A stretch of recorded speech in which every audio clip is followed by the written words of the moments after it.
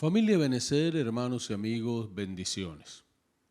El estudio de la palabra del Señor en el día de hoy está basado en el libro de Segunda de Reyes, capítulo 22, versículos 1 en adelante. Dice así la palabra del Señor.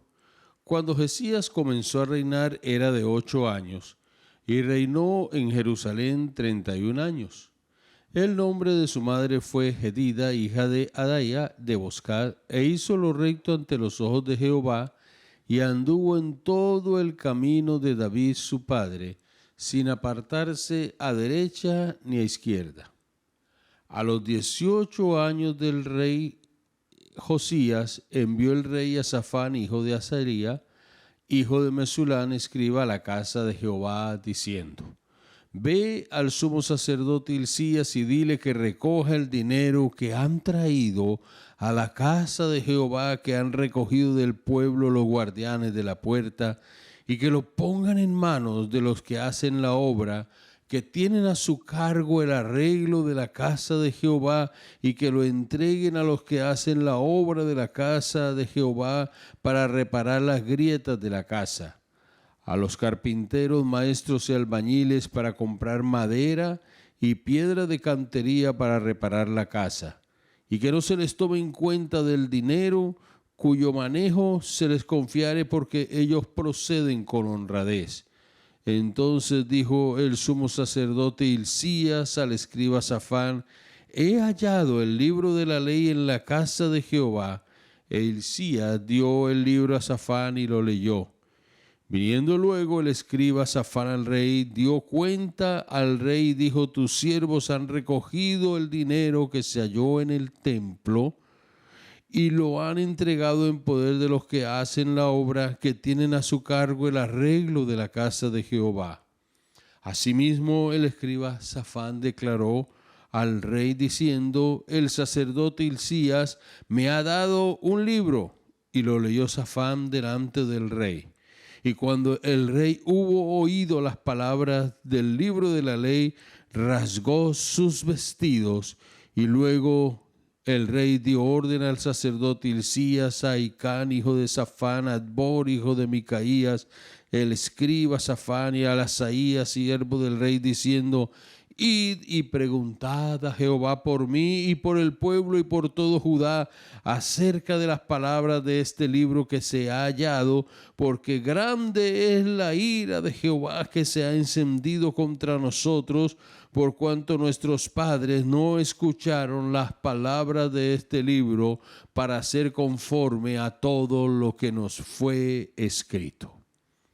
Transformados por su palabra es el tema en el día de hoy. ¿Necesitamos cambios? Es una pregunta que la hacemos a nivel personal. Cuando miramos nuestra familia, también hay cosas que necesitamos que sean cambiadas en nuestras relaciones como familia, como pareja, con los hijos, en nuestra vida, en los aspectos materiales. Necesitamos cambios en el lugar quizás donde estamos trabajando, y necesitamos cambios en nuestras congregaciones, en la iglesia del Señor. Nosotros, los pastores, los líderes, debemos mantenernos en una estrecha relación con el Señor, preguntándole a Él constantemente qué cambios considera el Señor, que es el dueño de la obra, que deben hacerse para ayudarnos a que la obra avance y mantenernos conectados con los propósitos divinos. Mis hermanos, el hombre es un ser cambiante. La humanidad siempre está generando cambios. Y hay algunos cambios que son benéficos para la vida del ser humano, y hay otras cosas que desvían al hombre y que le llevan por caminos erróneos, equivocados, y le hacen fracasar. Cuando nosotros estudiamos los libros históricos que se hallan en la palabra del Señor, son en su mayoría lúgubres, tristes. Muchos de ellos nos cuentan la historia de reyes que, teniendo todo en sus manos, fracasaron. ¿Por qué fracasaron? Porque no obedecieron, porque no tenían sus sentidos agudizados en conocer el propósito y la voluntad del Señor para sus vidas y para sus pueblos. El pueblo escogido por el Señor no se mantuvo muchas veces en la línea espiritual que el Señor tenía para ellos, y por eso solo en algunos casos que son excepcionales, como el caso del rey Josías, nosotros encontramos aliento, encontramos luz para poder seguir viendo la gracia, la misericordia y la obra de Dios llevarse a cabo. ¿Cómo cuesta esos tiempos de olvido de la obra y de la voluntad del Señor? ¿Cómo cuesta cuando un pueblo se desvía de la palabra? ¿Cómo cuesta cuando un hermano deja la comunión íntima con el Señor? Hermanos míos, nos cuesta mucho cualquier descuido que tengamos en las cosas espirituales. A Dios sea dada la gloria por medio de nuestro Señor Jesucristo, porque podemos acudir a Él y Él es nuestro oportuno socorro y nos ayuda para ser restaurados cuando hemos fallado y cuando tomamos conciencia de quiénes somos nosotros para Dios y de todo lo que Dios nos ha dado y todo lo que Dios quiere seguir haciendo con nuestras vidas. Este hombre Josías vivía tiempos complicados. Vivió en una situación realmente desesperante si no mantenía su mirada en el Señor. Así como tú y yo muchas veces estamos viviendo momentos difíciles. Vivimos circunstancias que a veces no nos las esperamos y vivimos cosas donde nos hemos preguntado quizás ¿por qué Dios me permite estar ahí? Bueno, Dios sabe por qué permite que estemos en algunos momentos y en algunos lugares. Dios nunca hace algo al azar. Dios todo lo tiene diseñado de tal manera que Él no puede dejar a los que están en tinieblas sin luz, y es muy posible que tú estés allí porque eres el único o la única persona que puedes arrojar luz a una situación, a un caminar o a un pueblo. Josías vivía el peso de la herencia de ser el bisnieto de Ezequías y a su vez fue un rey que hizo bien las cosas aunque no terminó de la mejor manera. Luego Ezequías plantó principios espirituales y cuando él muere le sucede Manasés, que es su hijo y a la vez es el abuelo de Josías. Manasés gobierna 55 años el pueblo y este hombre fue una quiebra moral y espiritual. Mis queridos hermanos, fue desastroso. Él introdujo la idolatría y creyó en el horóscopo, era supersticioso, creó un sistema sincrético o creó un sincretismo religioso, y el hombre es la resonancia de su vida espiritual. Aunque Manasés se arrepintió, no pudo revertir el pecado que él había cometido de su pueblo. En vez del pueblo, al ver el arrepentimiento de este rey, de Manasés, y empezar a buscar al Señor, el pueblo continuó desviado de los caminos del Señor. Por eso lo que nosotros hagamos o dejemos de hacer es determinante, hermanos pastores y líderes en nuestras congregaciones. Muchas veces enseñamos cosas con nuestro accionar que afectan el cuerpo de Cristo, y es posible que usted y yo muchas veces nos arrepintamos, pero la influencia en la mente y el corazón de muchos queda y se requiere un trato especial del Señor para que esas personas también puedan encauzarse y hacer las cosas bien delante del Señor y no seguir el camino de lo equivocado si alguna vez nosotros les hemos dado ese ejemplo. Luego, mis queridos hermanos, cuando muere Manasés, le sucede Amón. Amón es el papá de Josías, pero Amón muere en manos de sus siervos, hizo lo malo delante del Señor, siguió con las costumbres que en una época Manasés había practicado en el pueblo. Y estos siervos que le mataron, a su vez fueron asesinados por otros siervos que al acabar con aquellos, establecieron en el trono a un niño de 8 años, llamado Josías. Esto era lo que uno puede decir un reino fatalista. Y un reino fatalista y una persona que tiene una historia fatalista es una persona que siempre está usando frases como este es mi destino, me tocó así, fue lo que Dios quiso que sucediera. Y he escuchado muchas personas que lo hablan, lo afirman de esa manera y no se atreven a hacer algo diferente porque consideran que para eso fueron programadas. Dios no permite que nosotros pensemos así. Dios no le agrada que miremos la vida desde la óptica fatalista. Dios quiere siempre hacer cosas nuevas con nuestra vida. Dios quiere hacer transformaciones profundas en la vida de cada uno de nosotros. Josías le tocó una vida llena de sinsabores. Mire, un niño de 8 años, huérfano, comenzó a reinar y rodeado de muchos de aquellos que seguramente en algún tiempo fueron asesores de su padre Amón o de su abuelo Manasés y que le hicieron y le dijeron cosas que quizás no fueron las más oportunas, pero él se mantuvo allí. ¿Sabe? Josías no fue el hombre que mantuvo una línea fatalista. Josías se decidió a hacer un cambio, a llevar al pueblo a una revisión profunda de sus caminos. Tú no puedes nunca ser una persona que debes acostumbrar a vivir en un círculo vicioso. Si tú ves que tu vida es ese círculo vicioso, hay que romper, hay que cerrar ciclos y empezar con nuevas etapas, con las etapas que el Espíritu Santo de Dios quiere hacer. El Espíritu no se equivoca, Él está obrando.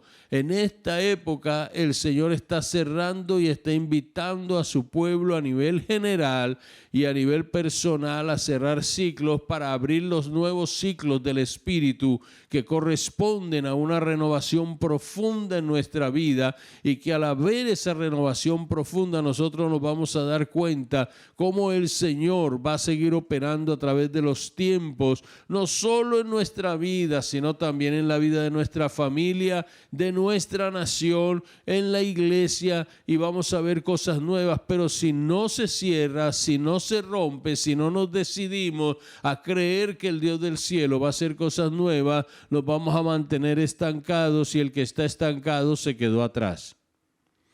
Él decidió, mis queridos hermanos, hacerlo recto ante el Señor y seguir los caminos no de Ezequías, no de Manasés, no de Amón, sino a seguir los caminos de David.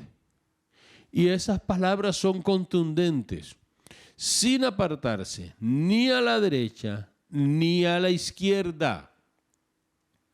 Y toma nota de estos aspectos que son fundamentales para la vida nuestra y para la vida de cualquier persona que quiera ser transformado por la palabra.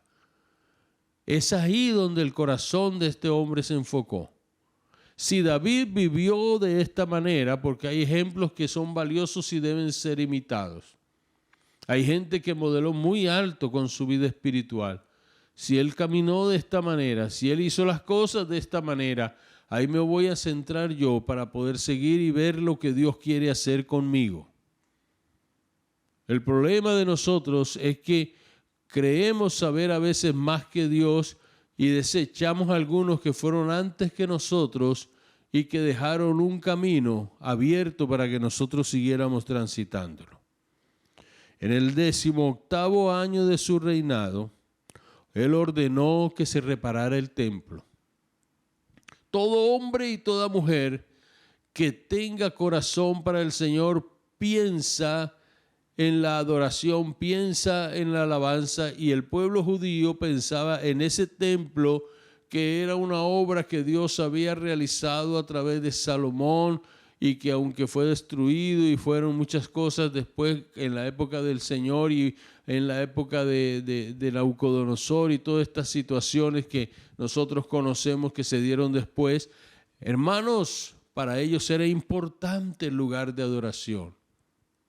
Para ti y para mí debe ser importante no solamente esa planta física donde el Señor nos exhorta a no dejar de congregarnos, sino nuestro corazón para adorarle. Y Josías se dio cuenta, mis queridos hermanos, que era necesario arreglar el templo porque ya el templo tenía grietas.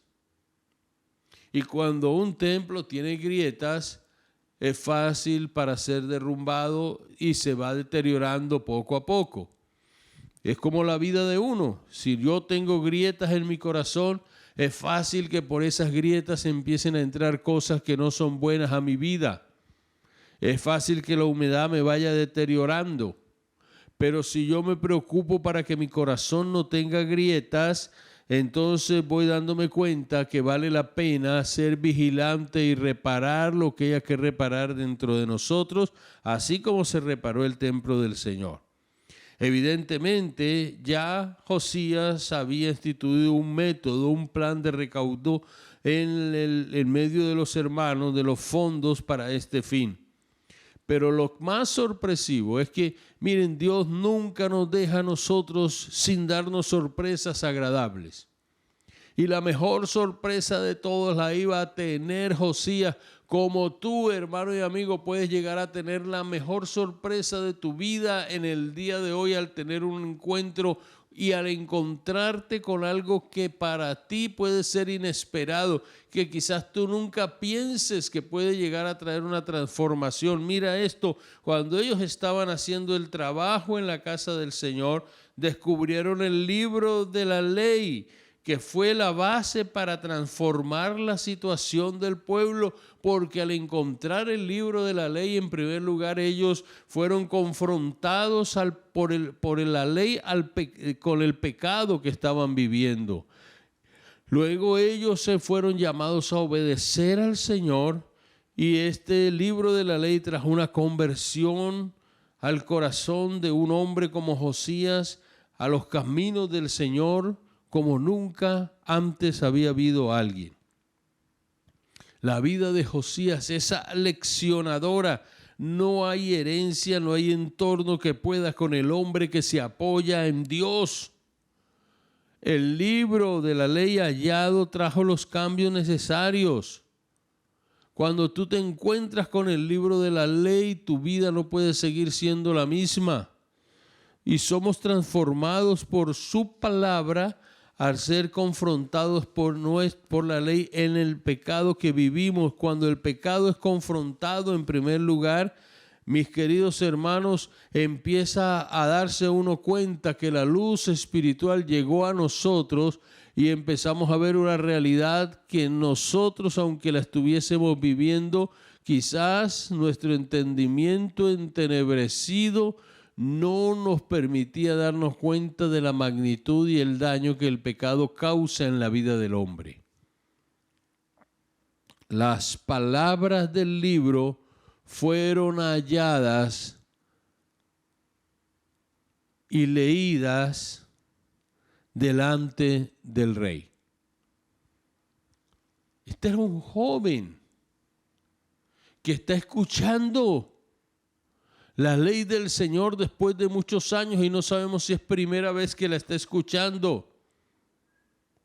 Está oyendo cómo Dios les había escogido y está escuchando cómo el mandamiento del Señor había sido dado para su pueblo y cómo el pueblo era exhortado a caminar por esa ruta que el Señor le había transitado. La ley del Señor, la palabra del Señor que fue encontrada llegó a su vida, así como la palabra del Señor llega a nuestra vida. Es que cuando la palabra del Señor, mis queridos hermanos, toca nuestro ser, el libro de Romanos del capítulo 10, versículo 10 dice que la ley viene, la fe viene por el oír viene por la palabra de Dios. Cuando escuchamos esa palabra, nuestra alma está sintiendo gratitud con el Dios del cielo porque el alma nuestra anhela escuchar la palabra de Dios, porque no solo de pan vive el hombre, sino de toda palabra que sale de la boca de Dios. Almas sedientas, almas hambrientas de escuchar la voz de Dios, que les oriente, que les ayude, que les corrija, que llene su existencia, y solamente el Dios del cielo con su dulce, tierna voz puede hacerlo a través de esa palabra que nosotros tenemos y a través del rollo y la palabra que ellos habían encontrado allí. El pueblo que tenía la palabra había perecido por falta de conocimiento y estaba sin palabra. Tremendo. Esta ley mostraba el pecado, la ley del Señor. Hay gente que maneja muchos pensamientos. El humanismo maneja muchas corrientes. Pero dentro de todo lo que nosotros vemos que se manejan y de todas las ciencias humanas y sociales y todo lo que usted lee, hermano mío, nadie le puede hablar al hombre de un mal más claramente y del origen de todos los males de la humanidad como la ley del Señor o la palabra del Señor, porque el mal que el hombre vive se llama pecado. Relaciones rotas es por causa del pecado. La idolatría, pecado. El adulterio, pecado. La fornicación, por el pecado.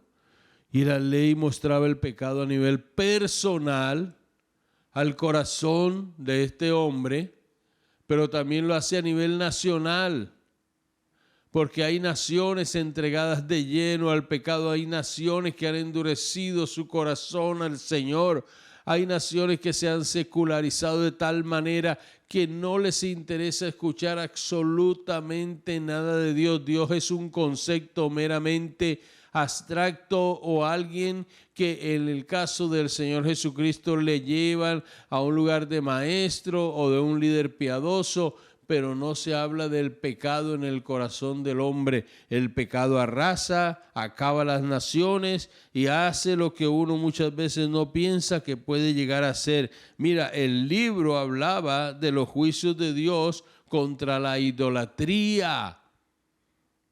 Cuando uno lee las tablas de la ley o lee los mandamientos que aparecen en Éxodo 20, dice: no te harás imagen ni cosa semejante de lo que está en la tierra ni en el cielo.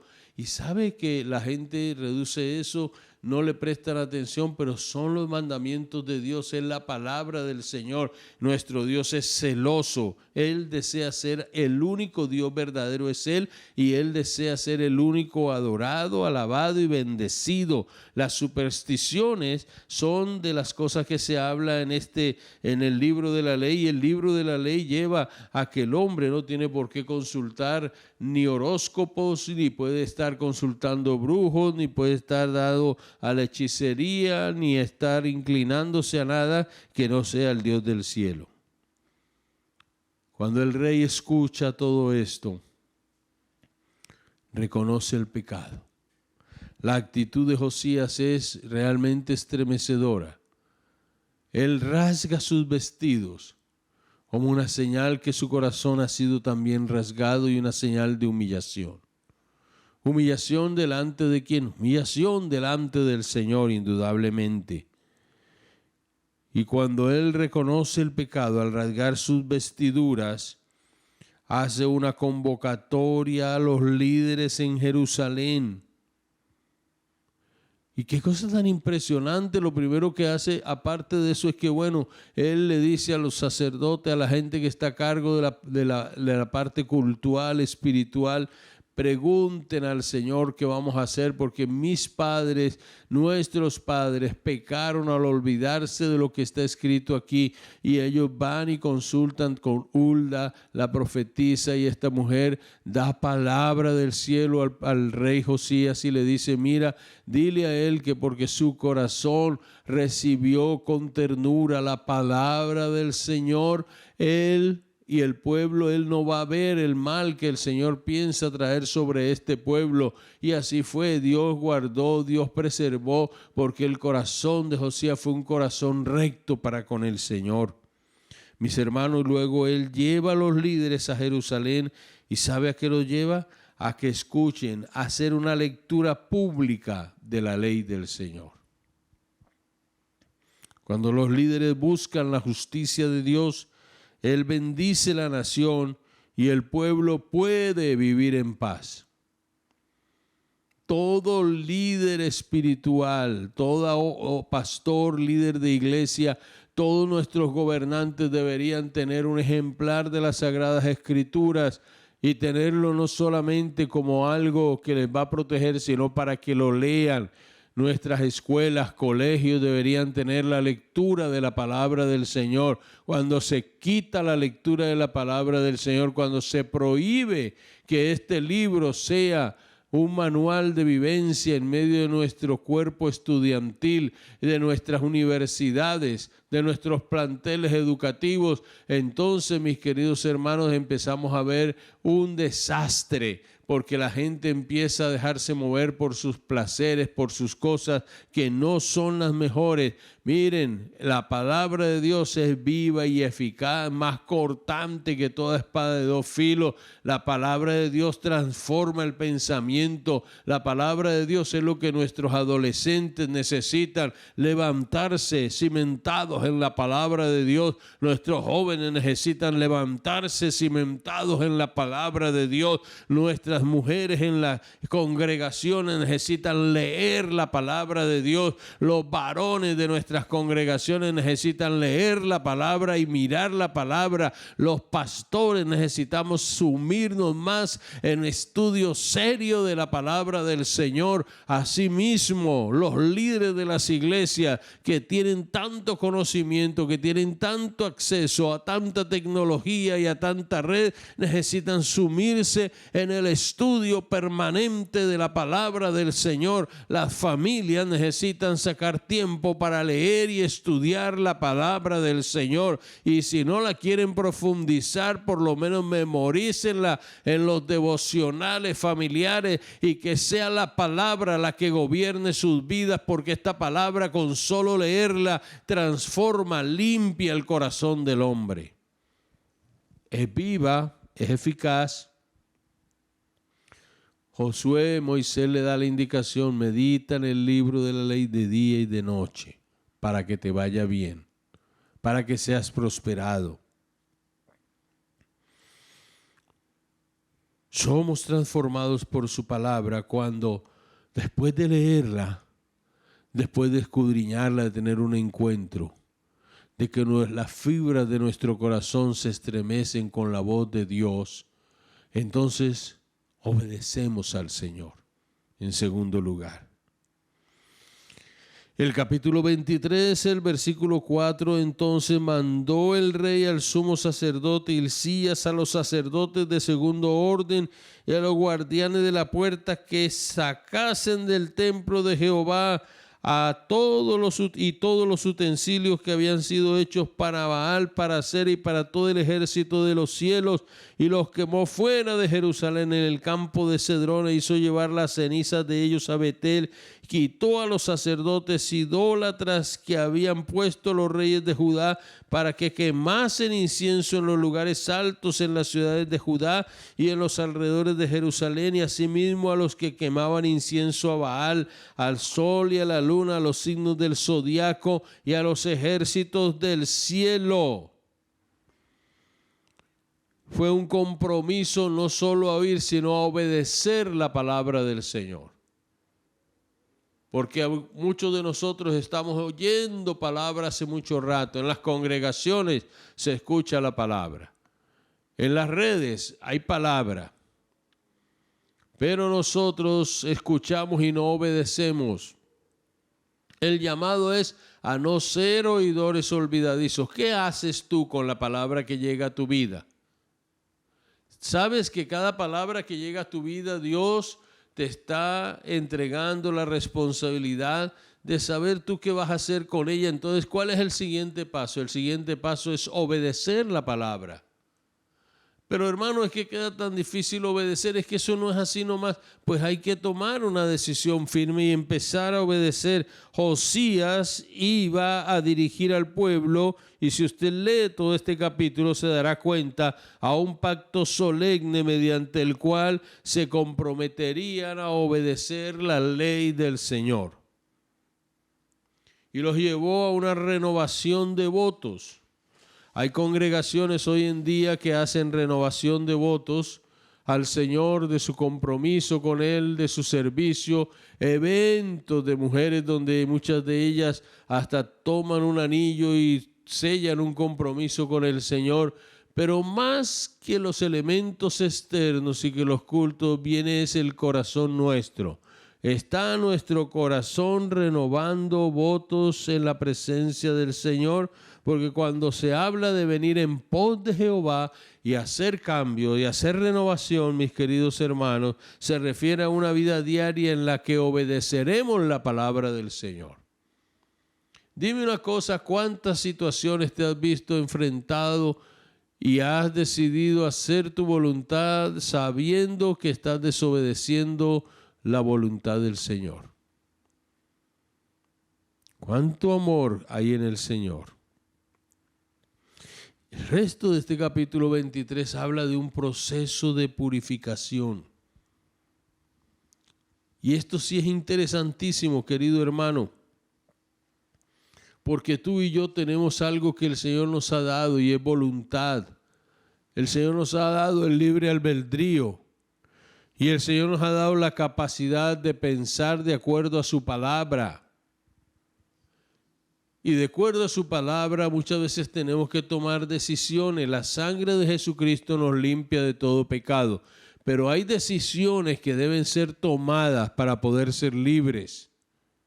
Una parte la hace el Señor, pero otra parte es que tú y yo debemos tomar decisiones. Si tú quieres salir de donde estás, si tú quieres ser libre, si tú quieres ver cosas nuevas en tu vida, tienes que romper con algunas cosas que sabes que no te edifican. Mira, este rey llegó y observó todo de acuerdo a la palabra. De acuerdo a la palabra, ¿qué proceso de purificación se debe dar en nuestras vidas, no? De acuerdo a la palabra, nosotros, mis queridos hermanos, somos llamados, como fue llamado el pueblo, como lo hizo Josías, a derribar los altares paganos a Baal. Y es posible que tú no tengas una imagen física allí en tu casa.